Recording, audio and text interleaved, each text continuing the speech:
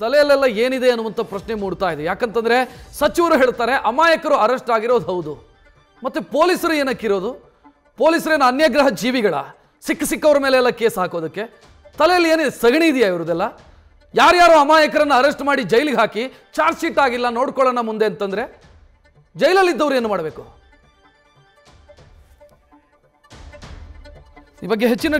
ಈ ಬಗ್ಗೆ ಮಾತನಾಡೋದಕ್ಕೆ ನಮ್ಮ ಜೊತೆಗೆ ಪರಿಷತ್ನ ವಿಪಕ್ಷ ನಾಯಕ ಛಲವಾದಿ ನಾರಾಯಣಸ್ವಾಮಿ ಫೋನ್ ಸಂಪರ್ಕದಲ್ಲಿ. ನಾರಾಯಣಸ್ವಾಮಿ ಅವರ ನಮಸ್ಕಾರ. ನಮಸ್ಕಾರ.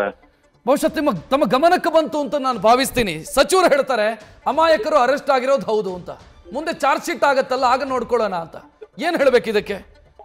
ನಿನ್ನೆ ನಾನು ಸ್ಥಳ ಪರಿಶೀಲನೆ ಮಾಡಿದ್ದೇನೆ, ಹೋಗಿ ನೋಡಿದ್ದೇನೆ. It is A targeted attack. ಇದು ಯಾರು ಅಂಗಡಿ ಮುಂಗಟ್ಟುಗಳನ್ನ 7 ಗಂಟೆಗೆ ಬಾಗಿಲು ಹಾಕಿ ಮನೆಗೆ ಹೋಗಿದಾರೋ ಆ ಅಂಗಡಿಗಳನ್ನ, ಬಟ್ಟೆ ಅಂಗಡಿಗಳನ್ನ JCB ತರಿಸಿ ಪೊಲೀಸ್ನವರು ನಿಂತ್ಕೊಂಡಿರ್ಬೇಕಾದ್ರೇನೆ ಅವ್ರ ಮುಂದೆನೆ ಬೆಂಕಿ ಹಾಕಿದ್ದಾರೆ, ಪೆಟ್ರೋಲ್ ಹಾಕಿ ಇಡೀ ಅಂಗಡಿಯನ್ನ ಸುಟ್ಟಿದ್ದಾರೆ. ಆದ್ರೆ ಪೊಲೀಸ್ನವರು ಏನೂ ಮಾಡೋ ಸ್ಥಿತಿಯಲ್ಲಿ ಇರಲಿಲ್ಲ, ಯಾಕಂದ್ರೆ ಅವರು ಹೆಚ್ಚು ಸಂಖ್ಯೆ ಇರಲಿಲ್ಲ. ಅವ್ರ ಮೇಲೂ ಕೂಡ ಬಾಟಲ್ಗಳನ್ನ ತೂರಲಾಗಿದೆ, ಕಲ್ಲುಗಳು ತೂರಾಟ ಆಗಿದೆ. ಅದಾದ್ಮೇಲೆ ಯಾರು ಗಲಭೆಕೋರರು ಬೆಂಕಿ ಹಚ್ಚಿದ್ರು ಅವರು ನಾಪತ್ತೆಯಾಗಿದ್ದಾರೆ. ಅವರ ಮೇಲೆ FIR ಗಳಾಗಿಲ್ಲ. ಅಮಾಯಕರನ್ನ ಕರ್ಕೊಂಡು ಬಂದು ಕೆಲವರ ಮೇಲೆ FIR ಗಳು ಮಾಡಿದ್ದಾರೆ. ಯಾಕೆ ಅಂತಂದ್ರೆ ಅದು ಖುಲಾಸೆ ಆಗಿಬಿಡ್ತಾರೆ ಅವರು ನಾಳೆ. ಯಾರು ನಿಜವಾಗಿಯೂ ಭಾಗಿಯಾಗಿದ್ರು ಅವರು ಅಲ್ಲಿ ಟಿವಿಗಳು ಇದು ಯಾವುದು ಕೂಡ ಫುಟೇಜ್ಗಳು ಸಿಗದೆ ಇದ್ದಂಗೆ ಎಲ್ಲ ಮಾಡಿದ್ದಾರೆ. ಅಲ್ಲ ನಾರಾಯಣಸ್ವಾಮಿ ಅವರೇ, ಈಗ ಕಲ್ಲು ತೂರಿದವ್ರ ಮೇಲೂ ಸೇಮ್ ಕೇಸು, ಮೆರವಣಿಗೆ ಮಾಡಿದವ್ರ ಮೇಲೂ ಸೇಮ್ ಕೇಸು ಅಂತಂದ್ರೆ ಅರ್ಥ ಇದೆಯಾ? ಅದನ್ನೇ ನಾನು ಹೇಳಲಿಕ್ಕೆ ಹೊರಟೆ.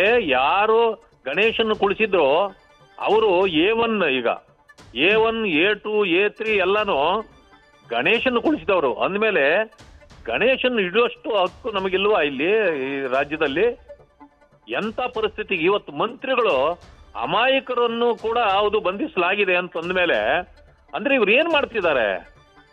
ಈ ಸರ್ಕಾರ ಸಂಪೂರ್ಣವಾಗಿ ಕೆಲವರನ್ನ ಓಲೈಕೆ ಮಾಡ್ಲಿಕ್ಕೆ ಪ್ರಾರಂಭ ಮಾಡಿ ಇವತ್ತು ಇಂಥ ಪ್ರಚೋದನಕಾರಿ ಕೃತ್ಯಗಳು ನಡೀತಾವೆ. ಸರ್ಕಾರವೇ ಇದಕ್ಕೆ ಹೊಣೆ. ಪ್ರಚೋದನಕಾರಿ ರೀತಿಯಲ್ಲಿ ಅವರು ನಡ್ಕೊಂಡು ಹಿಂದೂಗಳನ್ನ ಇವತ್ತು ತಡೆದಿಡತಕ್ಕಂಥದ್ದು, ಬೇರೆಯವರನ್ನ ಎತ್ತಿಕಟ್ಟತಕ್ಕಂಥ ಕೆಲಸವನ್ನ ಇವತ್ತು ಕಾಂಗ್ರೆಸ್ ಪಕ್ಷ ಮತ್ತು ಸರ್ಕಾರ ಮಾಡ್ತಾ ಇದೆ. ಅದನ್ನು ನಾವು ಖಂಡಿಸಿದ್ದೇವೆ. ನಿನ್ನೆ ಆಗಿರ್ತಕ್ಕಂಥದ್ದು ಇದು ಒಂದು ಹೇಯ ಕೃತ್ಯ. ಇದು ಯಾರು ಬೆಂಕಿ ಹಚ್ಚಿದಾರೋ ಅವರ ಮನೆಗಳನ್ನ ಜಪ್ತಿ ಮಾಡಬೇಕು. ಇಲ್ಲಿ ಪರಿಹಾರ ಕೊಡ್ಬೇಕಂತಂದ್ರೆ ನೀವು ಜನ ಕಟ್ಟಿದ ಟ್ಯಾಕ್ಸ್ ಹಣದಲ್ಲಿ ಕೊಡಬಾರ್ದು. ಅವ್ರ ಮನೆಗಳನ್ನ ಜಪ್ತಿ ಮಾಡ್ರಿ, ಆಕ್ಷನ್ಗೆ ಹಾಕ್ರಿ, ಬಂದಿದ್ದ ಹಣದಲ್ಲಿ ನೀವು ಪರಿಹಾರ ಕೊಡ್ರಿ. ಆವಾಗ ಅವ್ರಿಗೂ ಕೂಡ ಒಂದು ಭಯ ಭಕ್ತಿ ಅನ್ನೋದು ಇರ್ತದೆ. ಇಲ್ಲ ಅಂತಂತಂದ್ರೆ ನೀವು ನಿಮ್ಮ ಸರ್ಕಾರ ಇದ್ದು ಸತ್ತ ಹಾಗೆ ಅಂತ ಹೇಳ್ತೇನೆ. ಥ್ಯಾಂಕ್ ಯು ಛಲವಾದಿ ನಾರಾಯಣಸ್ವಾಮಿ ಅವರೇ, ನ್ಯೂಸ್ ಫಸ್ಟ್ ಜೊತೆಗೆ ಮಾತನಾಡಿದ್ದಕ್ಕೆ. ನ್ಯೂಸ್ ಫಸ್ಟ್ ನಿರ್ಭೀತಿಯಿಂದ ನಿಮ್ಮ ಪರವಾಗಿ.